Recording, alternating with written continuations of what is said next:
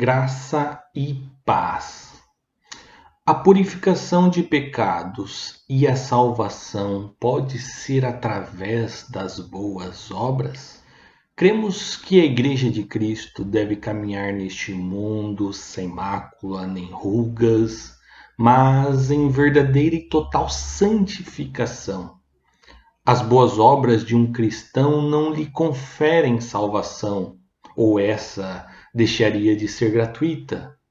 Do contrário, as boas obras são consequências de uma vida transformada pelo poder do Evangelho.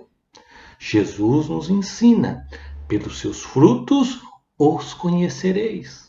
A santificação e as boas obras são sinais exteriores da verdadeira conversão interior. O verdadeiro cristão, nascido de novo, que se entregou totalmente ao senhorio de Jesus Cristo, passa a ser uma pessoa cheia do Espírito Santo. Assim, o próprio Espírito de Deus produz no crente o fruto de santificação. Entendemos com isso que não realizamos boas obras para sermos salvos. Realizamos boas obras porque já fomos salvos por Cristo Jesus e transformados pelo poder do Espírito Santo. No entanto, o cristão pode sim se alegrar da felicidade de ser chamado salvo, com a garantia do próprio Senhor de que nada mais o separará do seu amor. A Bíblia nos diz, portanto, agora nenhuma condenação há para os que estão em Cristo Jesus. Se formos infiéis em algum momento da nossa carreira cristã, ele permanece fiel, pois não pode negar a si mesmo.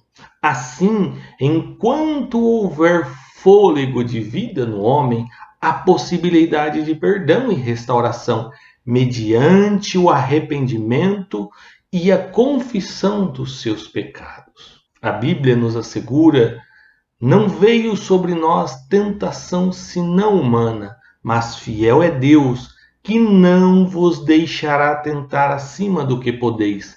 Antes, com a tentação, dará também o escape, para que possais suportar. E ora, aquele que é poderoso para nos guardar de tropeçar e apresentar-vos irrepreensíveis com alegria perante a sua glória. Cremos que o desejo de Cristo é que vivamos uma vida de santificação e amor. Porém, torna-se um ledo engano para um cristão acreditar que nele não há mais pecados. Conforme a Bíblia nos ensina, se dissermos que não pecamos, fazemo-lo mentiroso, e a sua palavra não está em nós.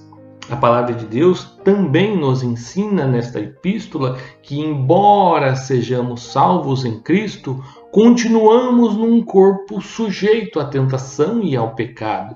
E por isso nos recomenda: se confessarmos nossos pecados, Ele é fiel e justo para nos perdoar os pecados e nos purificar de toda a injustiça. Devemos assim viver em constante arrependimento, voltando sempre ao Pai em oração, para confessar os nossos pecados e obter o seu perdão através do benefício que nos concede o Senhor Jesus Cristo na cruz, nosso mediador. Jesus nos deixa isso claro na parábola do filho pródigo, na parábola da dracma perdida e na parábola da ovelha perdida. Seu desejo é que todos os crentes que um dia se desviaram por quaisquer motivo se arrependam e voltem ao lar paternal. Sabemos pela Escritura que todo erro ou falha é pecado. A Bíblia diz em 1 João 3,9: aquele que é nascido de Deus não peca. No entanto, entendemos que a palavra de Deus quer nos transmitir o conceito de que o cristão sim peca, mas não pode viver na prática do pecado. Não pode permanecer no pecado. Se essa não é a interpretação correta, então a Bíblia estaria se contradizendo o fato de que é impossível quando diz em 1 João 8, se dissermos que não temos pecado, enganamos a nós mesmos e não há verdade em nós. Fica claro que o conceito de pecado que Deus tem é muito mais elevado do que o ser humano pode pensar. Por isso, não podemos ser salvos por obras. Deus condena não apenas os pecados exteriores, mas principalmente os pecados interiores, aqueles que são praticados no íntimo do coração. Isso fica evidente quando o Senhor Jesus diz: eu, porém, vos digo que qualquer que atentar a uma mulher para cobiçar, já em seu coração cometeu adultério com ela. E qualquer que aborrece o seu irmão é homicida. Por isso, a purificação de pecados é somente através do sangue de Jesus. Não existe outra forma de um homem se limpar de toda a contaminação.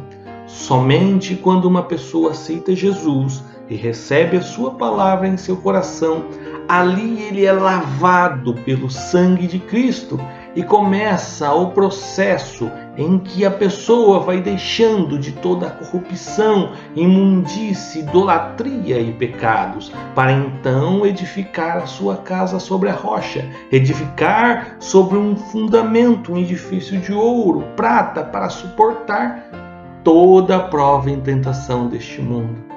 Em 1 João, capítulo 1, verso 7, diz assim: se, porém, andarmos na luz como ele está na luz, mantemos comunhão uns com os outros, e o sangue de Jesus, seu Filho, nos purifica de todo o pecado. Em Apocalipse, capítulo 1, verso 5, diz assim: e da parte de Jesus Cristo, a fiel testemunha, o primogênito dos mortos e o soberano dos reis da terra, aquele que nos ama e pelo seu sangue nos libertou de nossos pecados.